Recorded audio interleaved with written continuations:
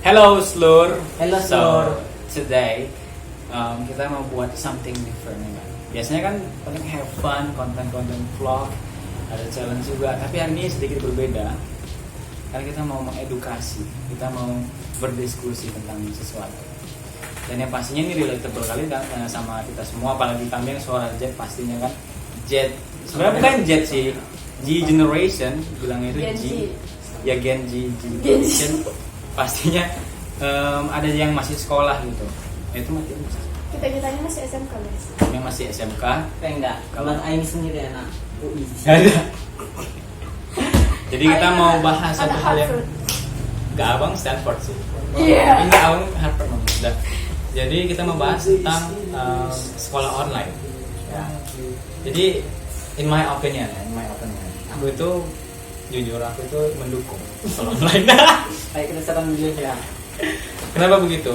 Karena gini, pemerintah itu udah nggak ada opsi lain lagi. Semuanya, maksudnya ekonomi udah turun gitu. Jadi apa yang bisa dijadikan untuk pengurangan lah COVID-19? Yaitu salah satunya pendidikan. Jadi cuman itu yang bisa dibuat pemerintah sekarang. Dan banyak juga orang tua yang masih takut gitu sama anak-anaknya untuk memberikan izin lah gitu sekolah. Apalagi gini, masalahnya itu orang Indonesia itu ya. Orang Indonesia itu awal-awalnya aja yang wah meledak laptop segala macam. Baru corona, safety segala macam. Tahu-taunya udah 100.000 guys. Tiba-tiba udah kayak biasa aja. Ya memang. Ya kayak gini kayak kami. Nah, Santuy. ya memang. Jaga jarak. Ya memang gitu. Sekarang kita udah kayak biasa aja. Tapi cuman pendidikan lah yang bisa dikorbankan pemerintah agar paling tidak mungkin sedikit lah mengurangi. Ini yang dinamakan Angka. pembodohan. Kenapa gitu? Kenapa gitu? Bodoh. Kenapa? Bercanda. Ya. Jadi nggak ada yang menanggapin. Kalau misalnya pendidikan aja yang di apa pemerintah sama aja nggak efektif. Kenapa nggak ada itu? Dan nggak efektif. Misalnya pajak kayak mau mas buka Tapi ekonomi menurun lah kalau gitu. jadi. Tapi kita bercanda doang. Enggak. Ya sih. Kenapa bilang aja apa? Gak apa-apa bilang aja. Jadi Semangat. kurang efektif gitu kalau misalnya pendidikan aja yang dikorbankan. Memang Harusnya ya. ada Memang, serta masyarakat untuk ya. membantu juga. Memang ya sebenarnya pemerintah juga harus menekankan ke Kalau setiap misalnya bidang kayak, lah. kalau misalnya kayak gini terus generasi 10-20 tahun ke depan jadi SDM yang menurun. Kalau menurut aku Beda ya, sama menurut aku ya. tahun kemarin. Sebenarnya mau sekolah mau nggak sekolah sama aja. Beda lah. Ya. Karena memang menurut aku, in my opinion, sekolah di Indonesia itu sistem pembelajarannya, sistem pendidikannya belum bagus sekali, belum optimal, belum bagus. Gitu. Jadi, tapi alhamdulillahnya mungkin menteri yang sekarang itu lebih bagus sih memang yang sekarang. Dan mungkin ada kebijakan. Tapi gini, yang paling aku quote gitu, yang paling pegang dari Mas Menteri kita, Mas Nadiem, dia bilang kita sebagai Menteri Pendidikan bukan hanya membuat regulasi dan kebijakan, tapi melihat apakah diterapkan kebijakan tersebut di setiap sekolah. Nah mungkin sudah dibuat kebijakan yang bagus, tapi ternyata sekolahnya tidak menerapkannya dengan baik. That's the problem juga gitu. Oke guys, sekian. Ya udah, bisa apa? Apa yang gue bilang lagi? Dan kalau menurut dia, kalau misal sekolah doang yang ditutup, kenapa mau enggak? Dan itu apa faedahnya gitu loh? Jadi Sedangkan gini. pajak tradisional aja yang orangnya sumpek-sumpekan dan itu dia lihat sendiri dan itu nggak ditutup sama sekali. Kenapa sekolah itu ditutup? Jadi kan itu sangat berpengaruh gitu. Ya, cuma Katanya gini, Pengaruh bagi SDM. 10-20 Ya. tahun ke depan Ya. generasi kita saat ini adalah calon-calon generasi emas. Kalau kayak gini apa jadinya tamatan-tamatan terutama yang SMK, PKL aja belum jalan. Jadi gini, sebenarnya, jadi gini sebenarnya kan, itu ekonomi. Oke. Ekonomi masyarakat pasti akan turun, apalagi yang miskin, yang punya pekerjaan. Jadi itu memang bimbang kali gitu.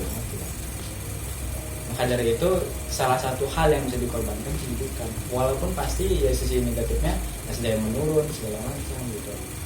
Dan mungkin ada anak-anak yang jadinya tidak belajar gitu. Tapi kan sudah efektif gitu loh, ini ya. misal orang tuanya itu tetap kerja, orang tuanya itu tetap belanja, misal nih mama kita Iya, belanja iya, ke pasar. Nah, satu rumah itu sedangkan virus corona ini tadi kan kesentuh aja itu udah nular. Nah, jadi kalau salah satu orang di rumah itu udah kena, pasti semuanya kena. Nah, misal anaknya nggak sekolah, anaknya nggak kena, tapi kalau orang tuanya udah kena, otomatis semua kena gitu. Jadi nggak efektif gitu. Tapi gini, masalahnya kalau sekolah itu chance-nya setiap anak untuk kena itu lebih besar. Why? Kalau misalnya orang kerja itu kan dia misalnya katakan kantor gitu kan. Mereka punya yang namanya prosedural yang baik gitu kan. Sedangkan anak sekolah yang SD, katakanlah kita di yang SMK pun kadang-kadang masih dekat-dekatan segala macam. Jadi chance-nya itu sangat besar kalau kita sekolah. Gitu. Ya emang. Dibandingkan kalau misalnya yang kerja karena ada prosedural segala macam. Ya, Jadi, Kesempatannya jadinya lebih dikit Benar, untuk gimana, Jo? terkena virus gitu. Oke guys, oke guys. Ya oke seluruh. Alright aja. guys. Ya. Jadi kita udah ngumpulin pertanyaan, kita buat sendiri pertanyaan, kita buat sendiri untuk diri kita sendiri literally kan. Jadi Jangan kayak gitu nah. nggak apa-apa biar kayak fun gitu. Ya udahlah. Jadi ini pertanyaannya dan ya coba silahkan dibilang. Jadi selama belajar daring ini, apa kendalanya buat kita ini gitu? Baik dari sisi belajar, dari sisi ekonomi, kendalanya itu apa gitu? Siapa dulu nih? Bebas. Silakan Tor. Kalau menurut aku sih kendalanya ya pastinya internet lah. Kalau aku sih, kalau aku mungkin tahu orang lain ya. Kalau aku internet ya baik-baik aja, karena kan punya wifi. Gitu. Tapi beberapa siswa pastinya ada yang paket, yang belinya mungkin seminggu atau mungkin sebulan sekali. Gitu. Dan itu membuat ekonomi pastinya sendat, entah karena di PHK orang tuanya atau mungkin karena memang gajinya menurun gitu dan segala macam lah. Belum lagi beli paket gitu. Jadi memang itu kendalanya internet. Dan juga SDM siswa, bukan SDM sih bahasanya. Mungkin pengetahuan siswa yang mungkin belum maksimal dalam menggunakan internet atau perangkat dan media yang telah disediakan oleh sekolah, misalnya Google Classroom. Dan you know what? Banyak bahkan di kota besar aja, Medan gitu, kota yang intinya banyak siswa yang nggak pandai masih kayak Google Classroom. Ibu kota. Nggak ibu kota. Kalau ibu kota kayaknya semuanya tahu sih ya. Ibu kota.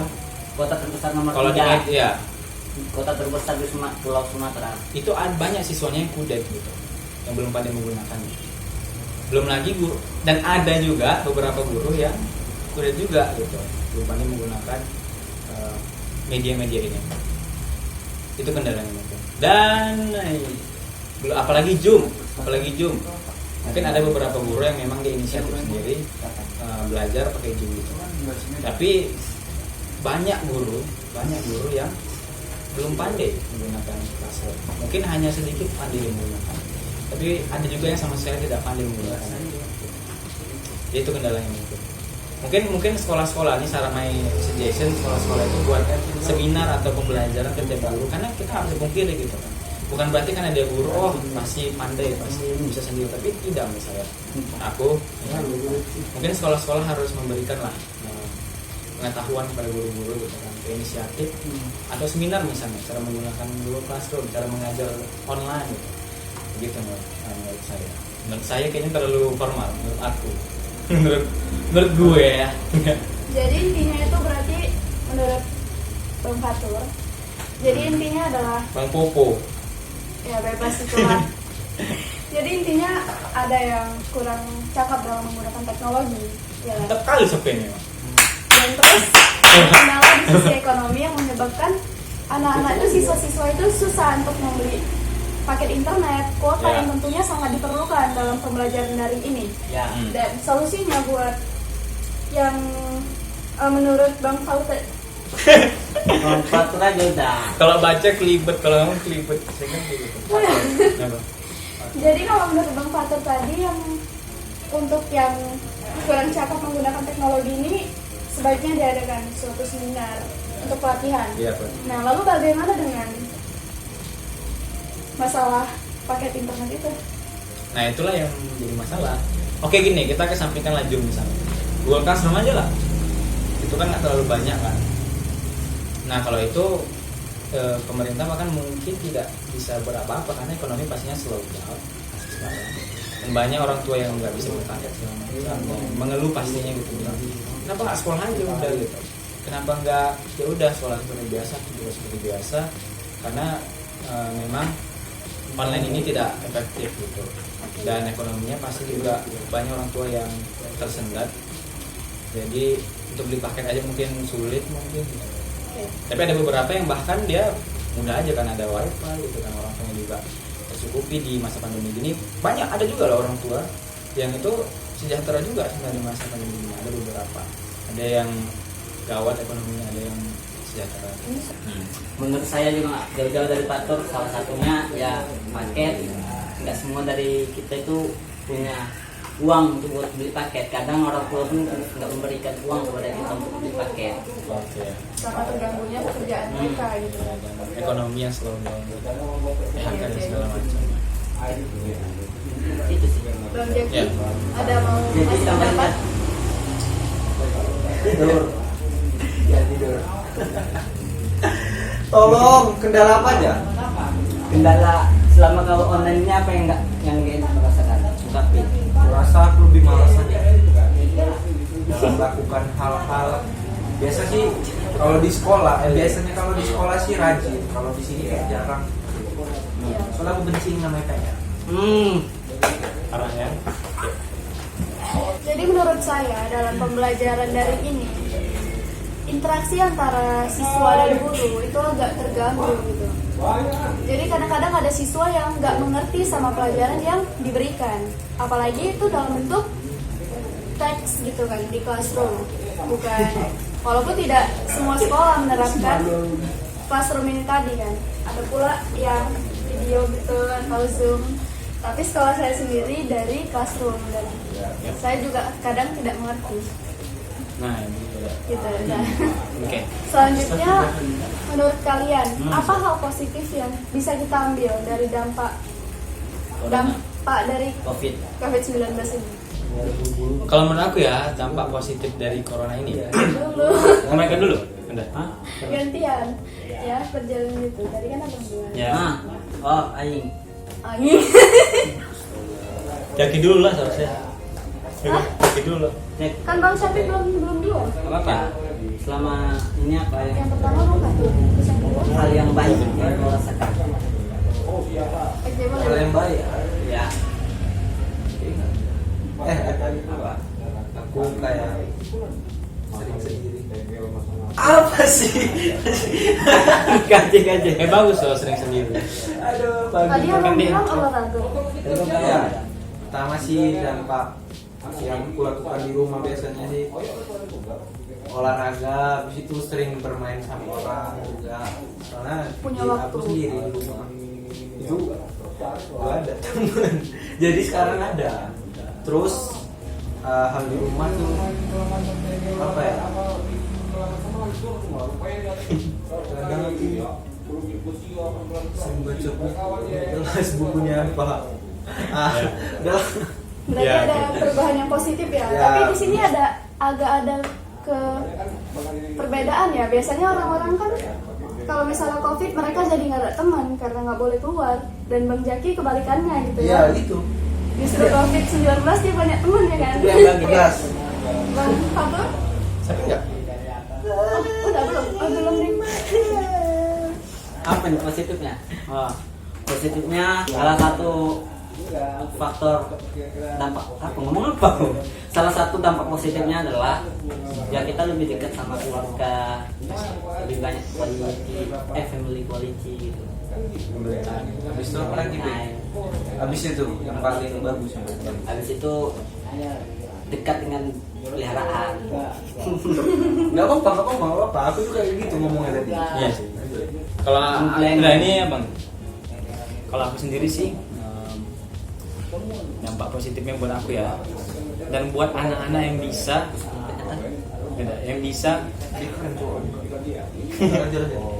buat anak-anak yang bisa mengatur hidupnya dengan baik. yang bisa mengambil kesempatan dan respon yang keren gitu kan semasa pandemi ini. Bagi anak yang bisa seperti itu ya, contohnya misalnya dia buat jadwal gitu selama dia di rumah aja, karantina gini dia ngapain aja gitu kan. Dia disiplin, dia bisa punya banyak waktu untuk belajar, dia punya banyak waktu untuk juga family time gitu. Jadi sebenarnya dampak positifnya itu bagi anak-anak yang bisa mengatur diri mereka dengan baik itu, lalu juga olahraga. Dampak negatifnya banyak yang terganggu tidurnya. Kita mengalami kok nggak terpikir. Oh ya, tapi nggak kan kalau misalnya ada yang pandai mengatur diri mereka gitu. Dan ini pembelajaran juga gitu bagi siswa. Dia akan mengetahui bagaimana rasanya jika udah tidak kuliah atau misalnya udah tamat dari sekolah, baru tidak ada ngapa-ngapain, liburan. Jadi inilah rasanya gitu. Karena kita juga ada responsibility sekolah gitu, sekolah online. Jadi kita dipaksa untuk mengatur diri kita di rumah, bagaimana apa yang kita lakukan, dan dipaksa juga untuk belajar. Dengan anak yang mungkin masa pandemi gini dia pastinya di rumah dan karena, tapi ada beberapa anak yang bahkan dia kerja, dia juga belajar online, dia juga kerja juga nyari side job gitu, itu cerdas menurut. Jadi diujilah kita nih siswa bagaimana ketika merespon hal-hal yang seperti ini yang outstanding gitu kan, kalau kata Pak Presiden apa namanya? Bukan kambingan ya, kayak gitu. Apa kemarin tuh si Pak Presiden bilang apa? Nah jadi juga experience lah untuk siswa ketika dihadapkan dengan dunia yang sebenarnya nggak dunia sebenarnya, pokoknya ketika udah tidak sekolah lah, ketika udah tamat sekolah, beginilah nanti yang akan dirasakan gitu, pengangguran gitu, tapi begitu sih mungkin. That's a good thing gitu. Kalau menurut saya pribadi, momen ini bagi beberapa siswa yang mandiri bisa belajar sendiri di rumah, ini sebagai suatu kesempatan emas bagi mereka gitu, buat belajar hal-hal yang nggak dipelajari di sekolah. Karena mereka jauh memiliki banyak waktu, apalagi yang sekolahnya full day, dan dibandingkan dengan sekarang yang daring, mereka jauh memiliki waktu yang lebih banyak lagi gitu. Dan lagi bagi beberapa siswa dan bagi saya gitu yang merasa bahwa sistem pendidikan di Indonesia sekarang tidak terlalu baik gitu, itu menjadi kesempatan yang luar biasa gitu. Mereka bisa belajar sendiri di internet gitu kan, karena mungkin mereka udah bisa paham dengan mudah gitu dengan pelajaran. Mereka mencoba untuk belajar sendiri di rumah gitu. Dan karena pelajaran di negara kita mungkin pendidikannya kurang baik, mereka bisa belajar hal-hal yang di luar pelajaran sekolah gitu, bisa mendalami skill yang mungkin akan menjadi pekerjaan dia di masa depan. Jadi yang lebih penting lagi sebenarnya poinnya gitu.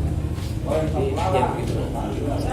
Jadi what a good chance to try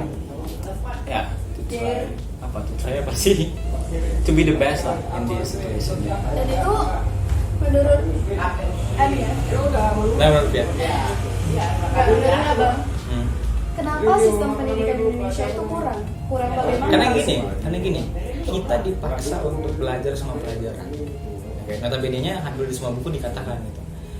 Setiap orang yang kita baca, yang setiap orang gitu punya kemampuannya masing-masing. Karena abang pernah nonton film ini, apa namanya dia? Jadi dia itu hanya jago lari, jago di basket, dia di basket kalau nggak salah. Akhirnya dia lulus kuliah, padahal dia itu otaknya apa namanya kayak idiot lah gitu.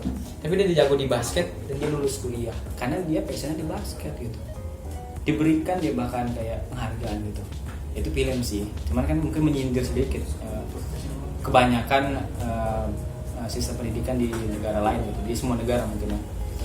Jadi yang artinya memang setiap orang punya skillnya masing-masing gitu, dan tidak bisa dipaksa untuk bisa meraih apa yang diinginkan orang tua dengan semua pelajaran yang diberikan sekolah gitu. That's wrong, that's totally wrong. Setiap orang punya skillnya masing-masing, setiap orang punya kekuatannya masing-masing.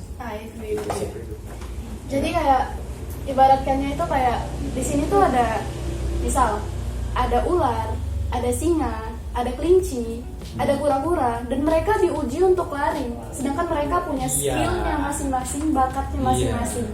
Tapi mereka diuji pada sesuatu yang tolak ukurnya sama gitu, padahal nggak gitu. Setiap orang itu berbeda-beda. Dari semua buku yang saya baca, yang saya pernah baca, di situ mengatakan bahwa kita semua itu nggak ada yang sama.